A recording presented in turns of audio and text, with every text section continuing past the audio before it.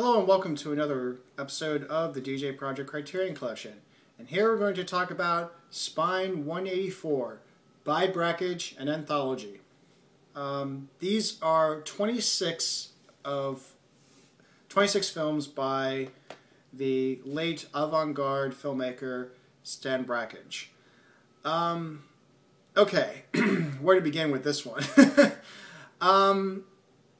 I'll say first and foremost, this was a very early purchase. I think it might have been the third or fourth Criterion that I purchased for myself, and I got this because this is what makes the Criterion Collection so great. I read it was a new release at the time, and I read the description of it, and I wanted to check this out. I had a feeling that I was going to like these films, or at the very least get something out of it. And sure enough, I did. And in a way, I'm very, very grateful for this particular release, because the big thing I come away with this is it demonstrates how malleable cinema really is. We tend to think of cinema as being something very specific or having very set particulars. Like it needs to have a story, like the essence. If you've ever said the essence of a film is a story, that means that you have that means you're set on a particular style, and then it should define cinema. And then whether it's good or bad, it depends on whether the story itself is good or bad. And is the story itself interesting? Are the characters engaging? All those things. But cinema, like music, is a very malleable medium. I've said this before, that saying that films have to follow a narrative is almost like saying that music has to have 3-minute pop songs using a verse chorus structure. Anybody who knows anything about music knows that there's more to music than just pop songs. You have instrumental jams. You have songs. You have songs that employ different structures and go for much longer than 3 minutes. You have musics from other cultures that have different parameters. So, but to say that these one set of conditions defines the whole of music is absurd. Likewise, to say that all of cinema is just about stories and characters is also a bit absurd. And this is an example of something that goes completely that completely excuses all of those things. There's no character, there is no plot, and if there are, it's all very, very, very loose and abstract. And this is a reflection of Stan Brakhage himself, both in terms of his interests and his means, what he was able to achieve. And this was all done with, he's worked with various film gauges, the most common of which he worked with 16 millimeter most of the time, and he's worked with 8 millimeter some of the time. There was a stint where he did work with IMAX for a very brief spell. This is the Dante Quartet, but much of the time he's worked with 16 millimeter, and the things that tend to characterize Brakhage's films are he's used superimpositions where it's basically doing multiple exposures of films where you have one scene and then another scene on top of it. So you have these layers of activity that go on. He's painted on films. He's scratched films. He's done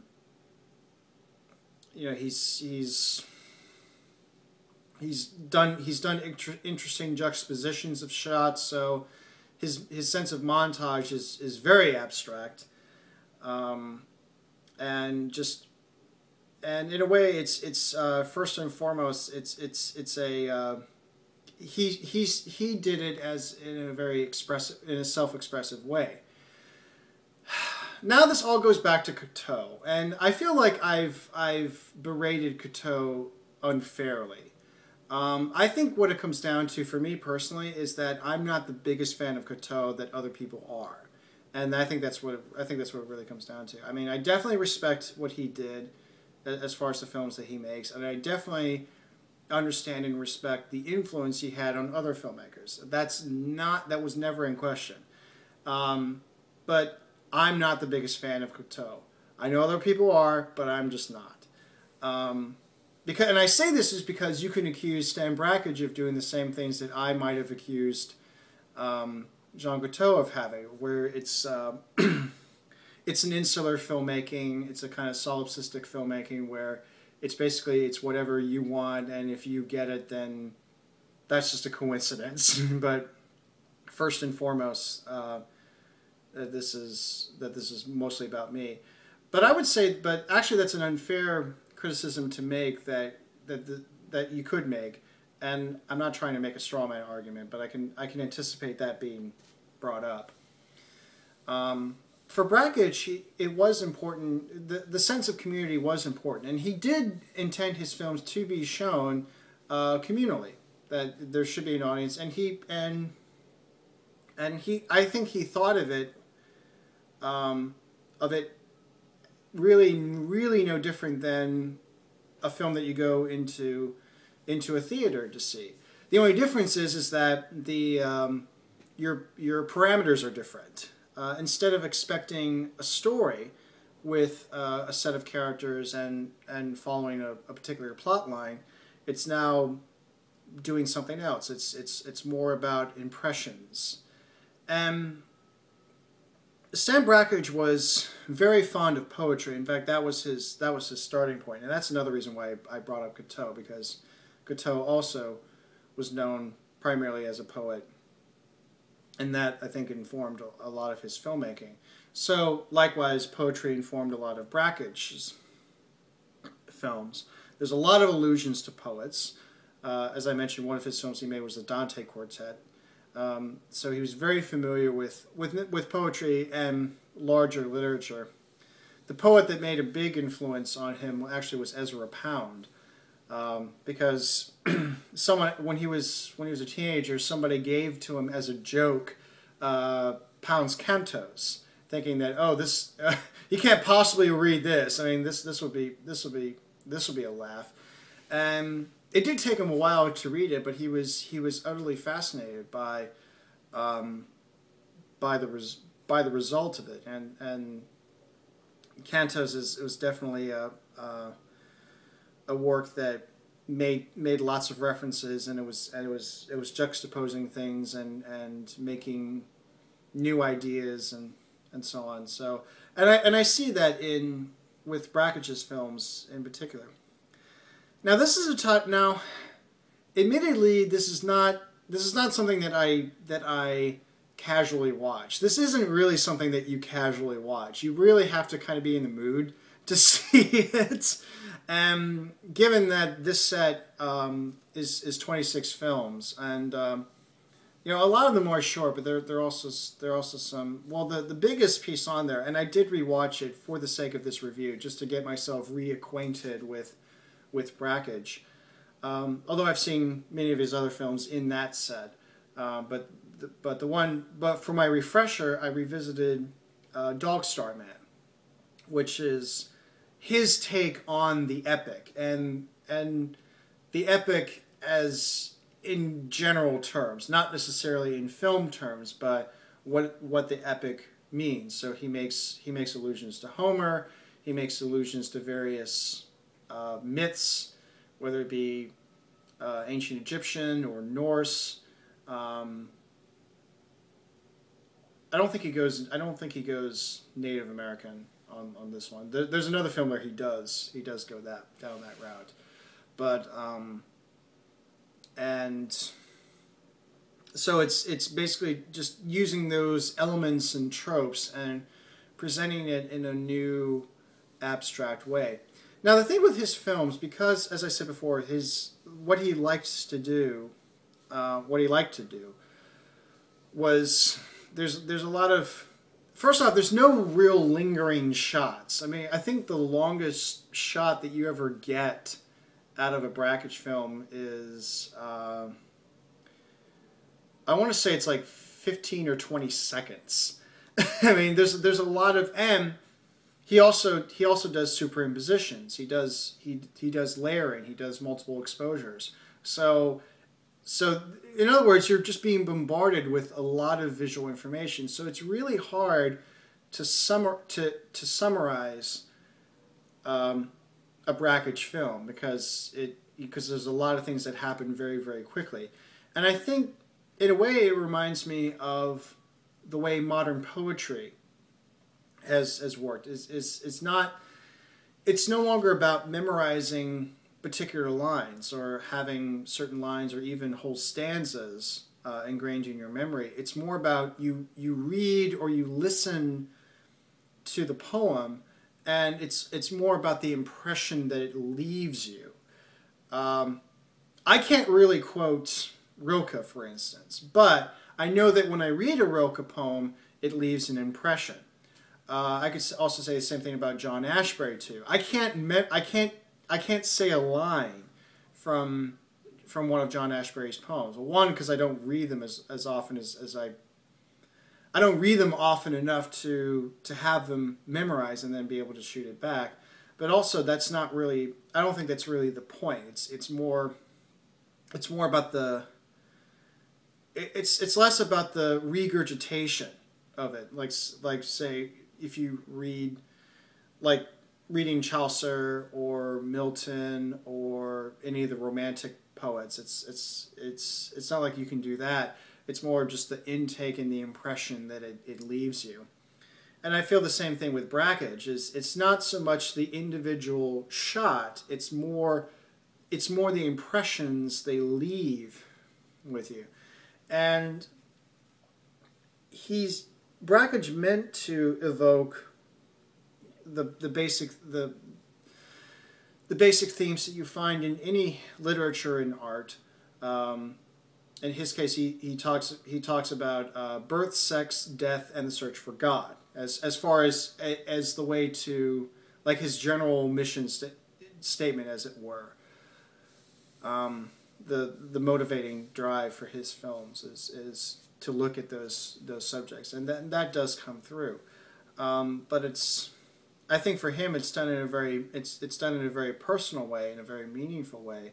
But he also puts it out there to kind of see how you take it in. So his poetry, as it were, it's very personal, but then it's how you take it in and what impressions it leaves. And that's what I mean by the malleability of cinema, is that with narrative cinema, and I'm not saying that narrative cinema is bad. Far from it. I mean, if it's done well, it's worth viewing. It's worth talking about. It's worth showing off. I'm not saying that it shouldn't be, that narrative cinema shouldn't exist. But what I am saying is that cinema can be much broader than just it shouldn't be limited to just narrative cinema. It's just like limiting your musical experience to be consisting of only of pop music or even only of Western music. It's broader. It's more expansive. Again, it's more malleable. And I think that it all depends on what it is you're going for. I think that's really what it comes down to. I think for Brakhage, again, the means that he had and what he was able to do informed a lot of his filmmaking. But I think also he was interested in a new way of expressing and just trying something. Like, what if you do this? And the results are interesting. Again, this is being an experimental filmmaker in the true, genuine sense of the word. You try something, and if it works, great, you may do it again. If it doesn't work, then you just move on to something else. And actually Brakhage did, if you see some of his films, you find some elements that are present in other things, including probably the most famous example of this influence is in the opening credit sequence of Seven. There's a lot of elements that look like a Brakhage film, and I believe even Fincher has acknowledged or has stated that that was a part of influence. Another interesting thing about Stan Brakhage is for the longest time he was a professor at the University of Colorado in Boulder. And one of his students, actually two of his students, went by the names of Trey Parker and Matt Stone. Yes, Stan Brakhage influenced South Park. Also, in the first film that Trey Parker did, Cannibal the Musical, Stan Brakhage was in it. And I believe the character of Stan was named in honor of Stan Brakhage. So, strange things. There's an incentive. There's an incentive to watch Brakhage films, but there's nothing. But apart from that, there's nothing. You don't find, apart from the character of Stan. There's really nothing about Brakhage that you see in South Park. And likewise, I don't think there's anything in South Park that you find in Brakhage. And if there are, it's probably too obtuse and abstract to get. So, in other words, you shouldn't be offended. If you are offended by a Brakhage film, you won't know why. But I seriously digress. So anyway, so I mentioned Dog Star Man. Why did I see Dog Star? Well, again, it was constructed as an epic, and actually it was one of the things the reoccurring image, or actually the thing that holds the films together. I mean, some of Brakhage's films are more abstract than others. It's not to say that he goes to completely in. While he had gone into complete abstract realms, it's not to say that he's always there. There is sort of a through line in Dog Star Man, and for him it was his take on the epic, and the way he did it was he was thinking about a frontier woodsman, someone who can climb mountains, someone who chops wood. And so the reoccurring thing is you see this man in this setting and living in this setting, and he also has all these various thoughts. He's thinking about his family, so there's a lot of birth in there. He has sexual desires, and some of that gets thrown in there. Again, there's nothing pornographic. It's not that kind of. There's no prudian interest in here as well. Again, I defer back to my Simpsons quote with Bart, Nelson, and Milhouse walking out of the theater that showed Naked Lunch, and Nelson looking up saying, "I can name 2 things wrong with that title."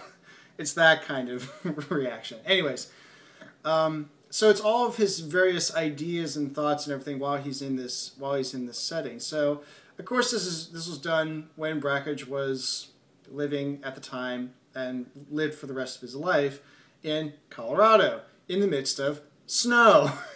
And it was funny me watching this because I watched this yesterday while after the greater Boston area had about 2 feet of snow dumped on it. So I was like, really? I do not need to watch something that has more snow. Good grief.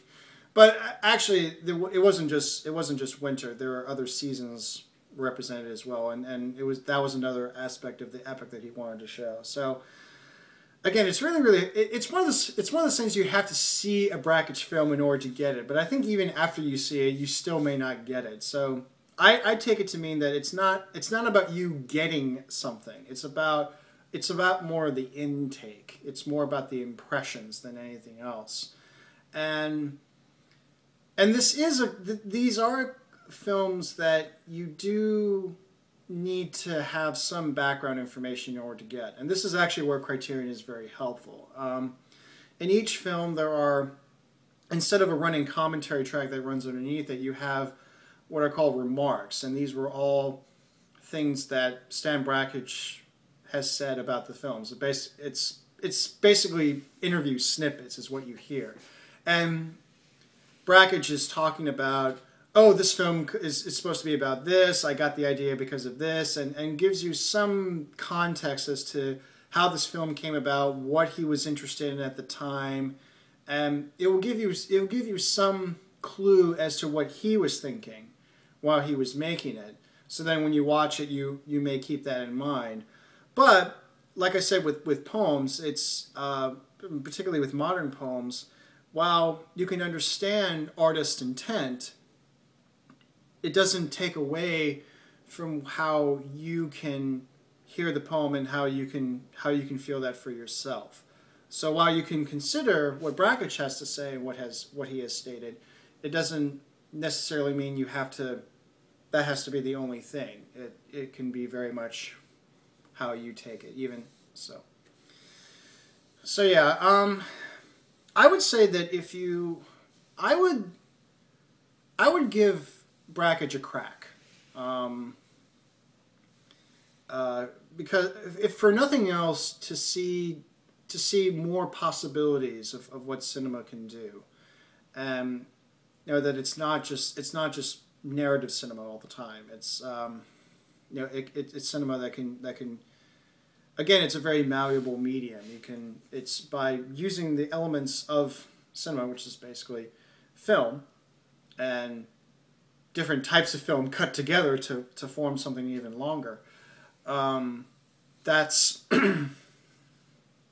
it's what you do with it. It's how you use it. Just like the basic ingredients for a poem are words or language, and it's how you use that language to express yourself. And with music, you're using sound.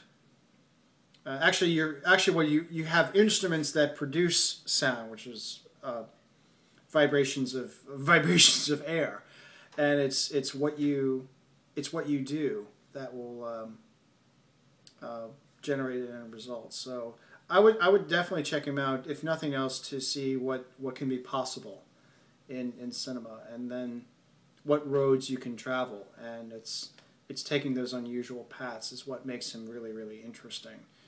So, but I mean, I know that there's other experimental filmmakers that you can do, but Brakhage is probably the most interesting.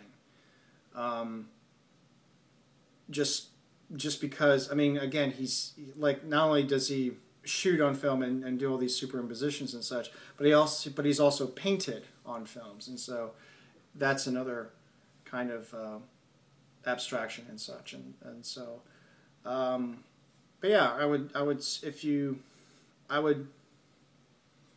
check it out. And again, I'm very grateful for seeing that. Now, I was going to say that what's interesting is that I don't feel that Brakhage has influenced my personal filmmaking. I don't know if I'm going to go onto the realms that Brakhage did, but I will say that because I know about Brakhage, I feel like my sense of cinema has gotten a little bit larger, and that's why I'm greatly indebted to Brakhage in terms of my own cinematic development. And I would say that if you're definitely interested in doing that, you should give Brakhage a shot. Otherwise, it's cool if you don't. But at any rate, so yeah, By Brakhage. And until next time, take care.